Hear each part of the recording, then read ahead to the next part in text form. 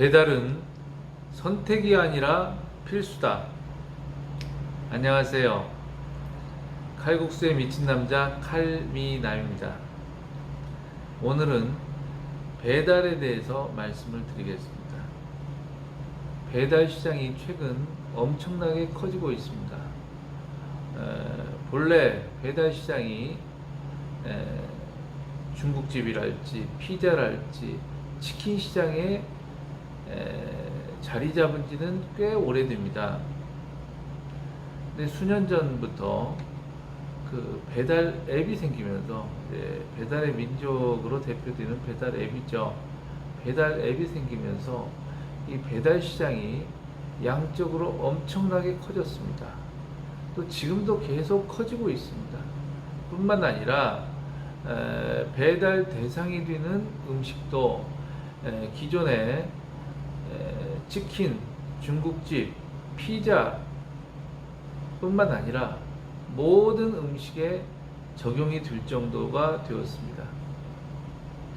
저희 칼국수 앞마당의 경우에도 3년 전부터 칼국수 가정 간편식하고 연관시켜서 저희 반조리 형태로 칼국수를 배달하는 걸 시행하고 있습니다. 처음에 칼국수를 배달한다고 할 때 참 주변에서 의아하게 생각했습니다. 어떻게 칼국수를 배달하나? 면이 불지 않나?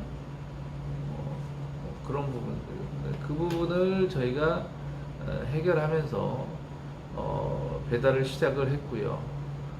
저희가 많은 효과를 보고 있습니다. 그럼에도 불구하고 아직도 그 배달 시장에 대해서 부정적으로 보시는 분들이 상당히 많습니다. 그래서 오늘은 배달에 대한 부정적인 시각의 그 논리를 하나하나 살펴보고요. 그 다음에 그 배달의 긍정적인 효과에 대해서 말씀을 드리기로 하겠습니다.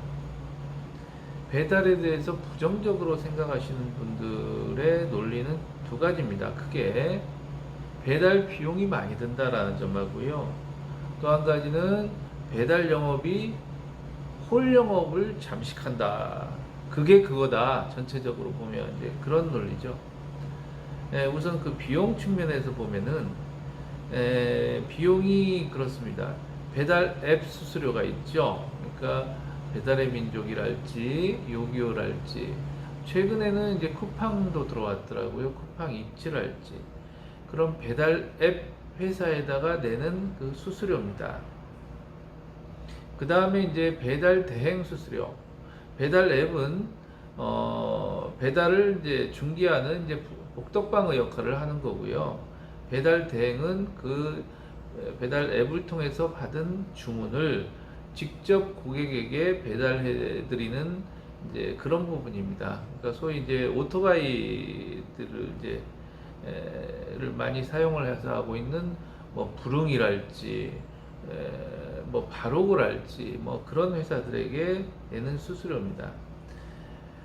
더불어서 이제 직접 배달을 하는 경우에는 배달 인건비가 들지 않느냐라는 부분하고요. 또 한 가지는 이제 포장 내지는 배달하는 그 비용을 말씀들을 하십니다.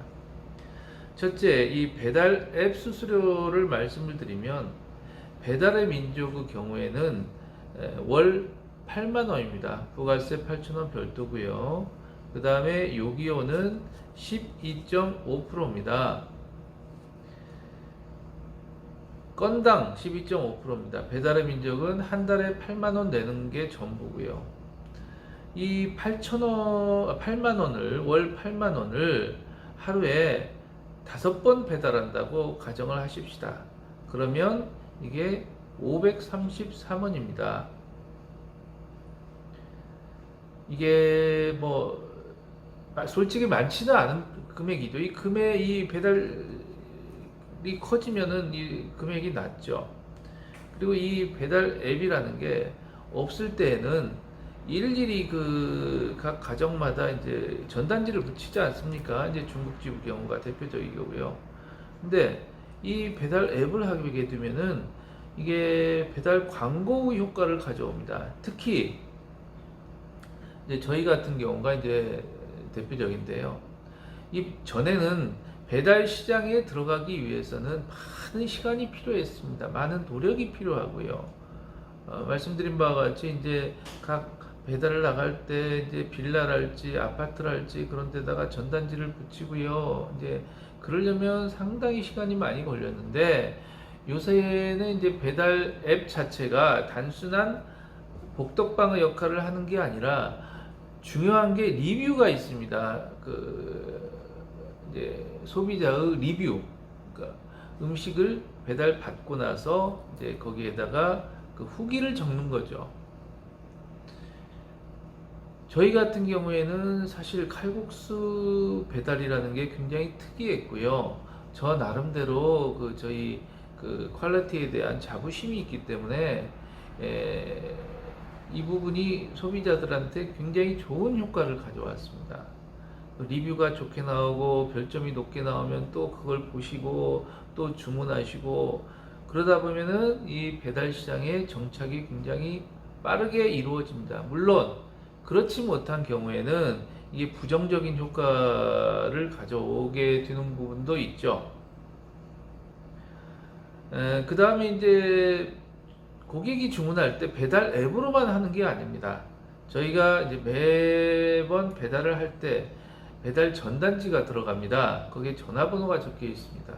전화를 직접 해주시는 고객들도 꽤 있습니다.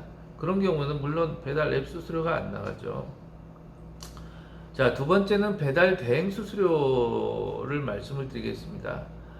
저희가 있는 지역은 저는 이제 부릉을 쓰고 있어요. 근데 이게 1.2km까지 3,300원입니다. 부가세 별도고요.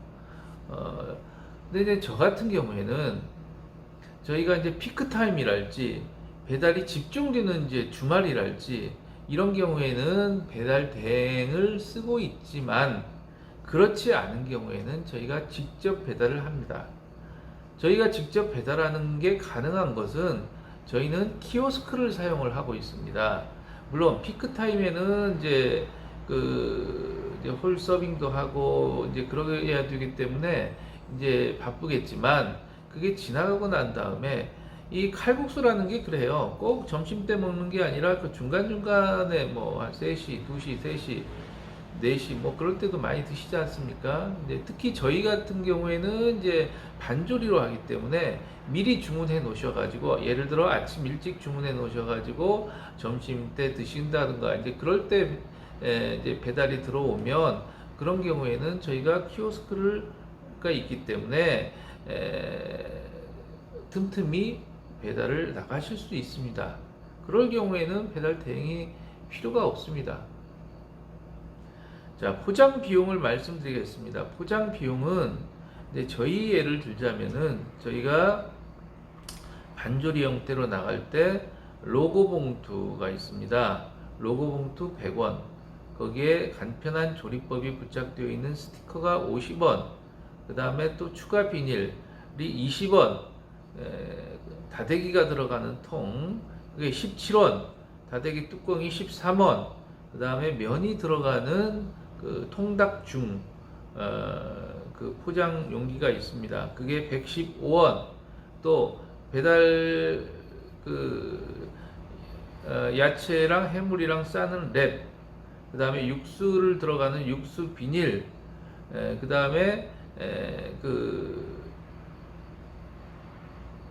해물 야채를 담는 뚜껑 없는 포장지 41원, TY18을 쓰고 있는데요.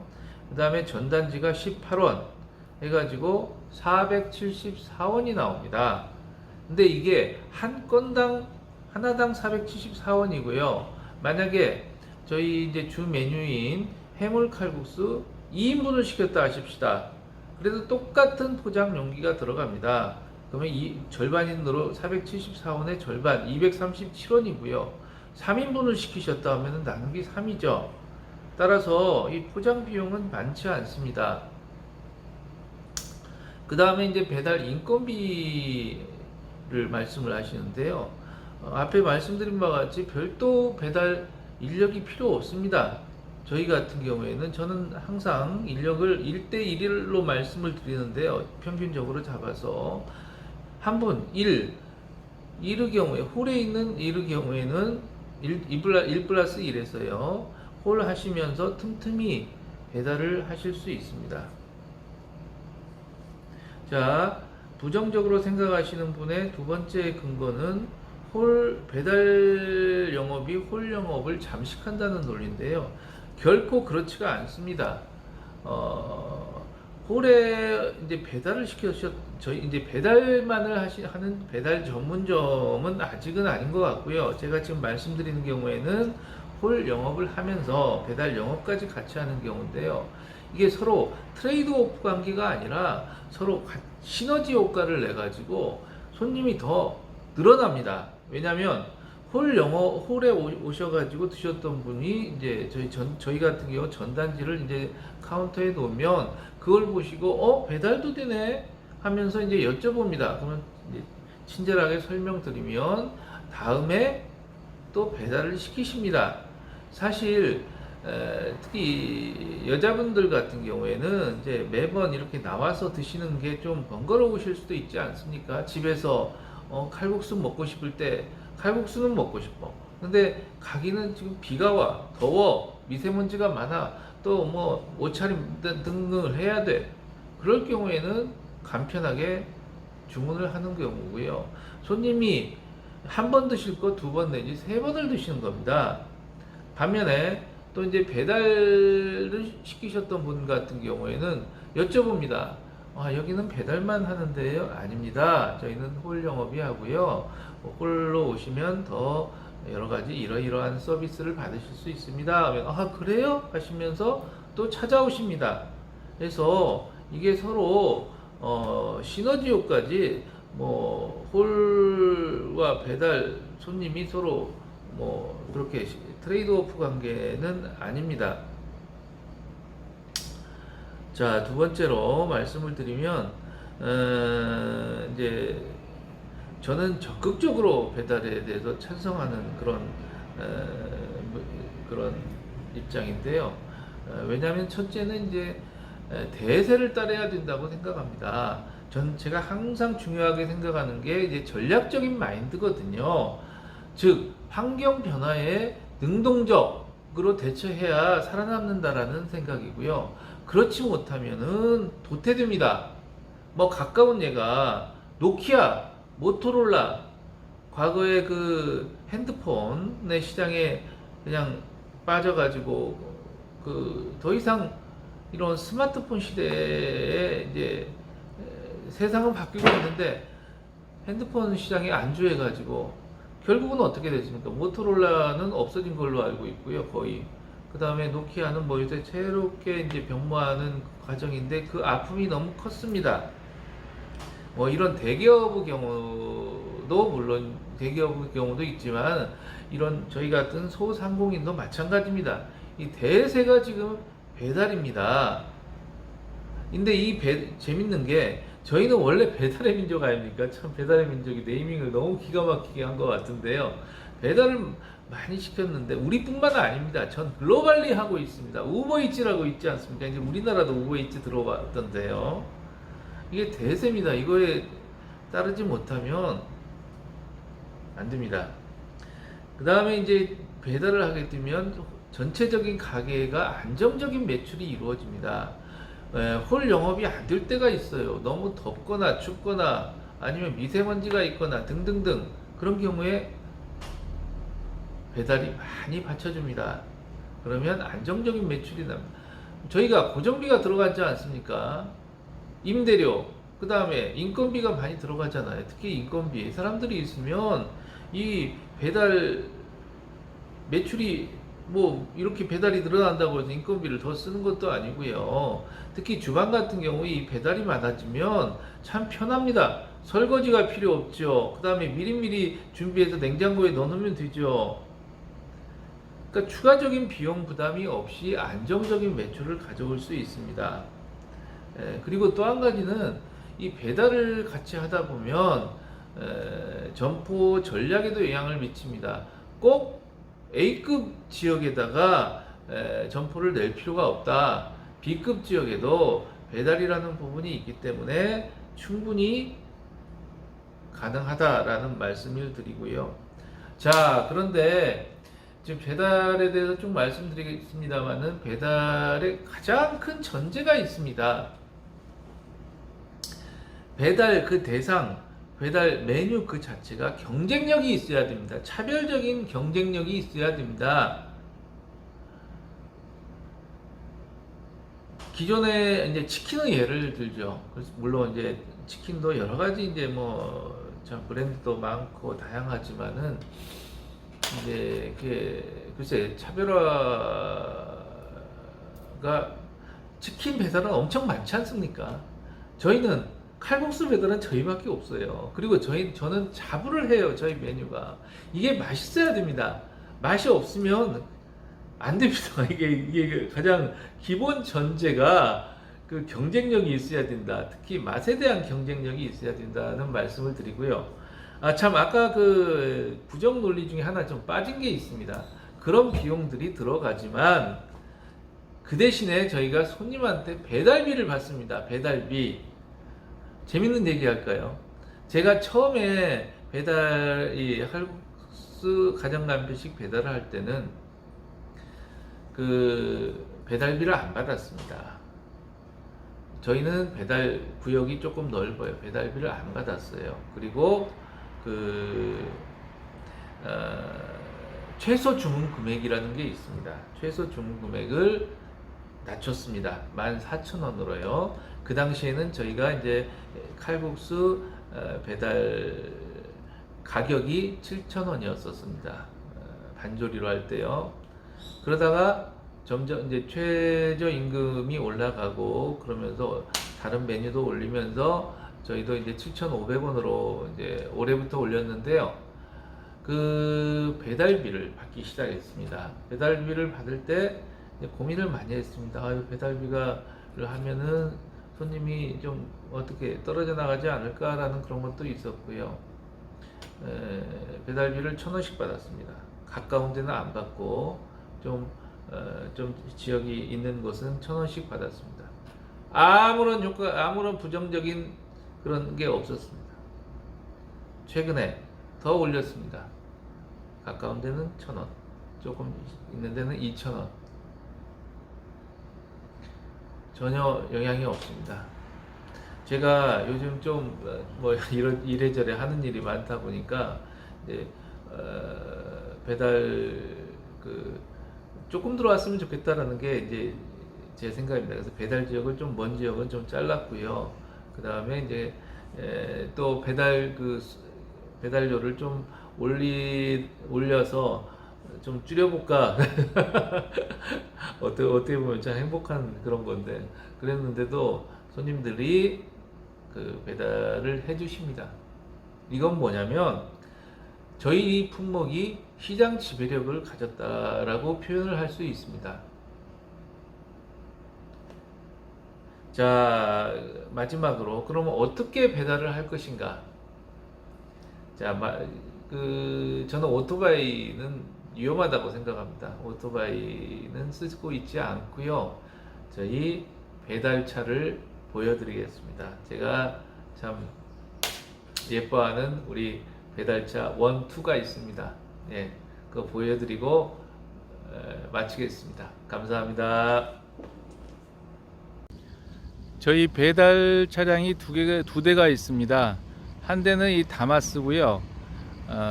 이제 한 3년째 접어들고 있습니다. 아주 좋은 차입니다. 단점이라면 이제 수동이라는 거고요. 이걸로 저희가 한 2년간은 배달을 했고요. 칼국수 가정간편식 했고, 여기는 이제 올해부터 저희가 한 대를 더 구입했습니다. 레인데요. 아주 좋은 차량입니다. 자동이고요. 오토바이는 위험해서 저희가 이렇게 경차 2대로 배달을 하고 있습니다.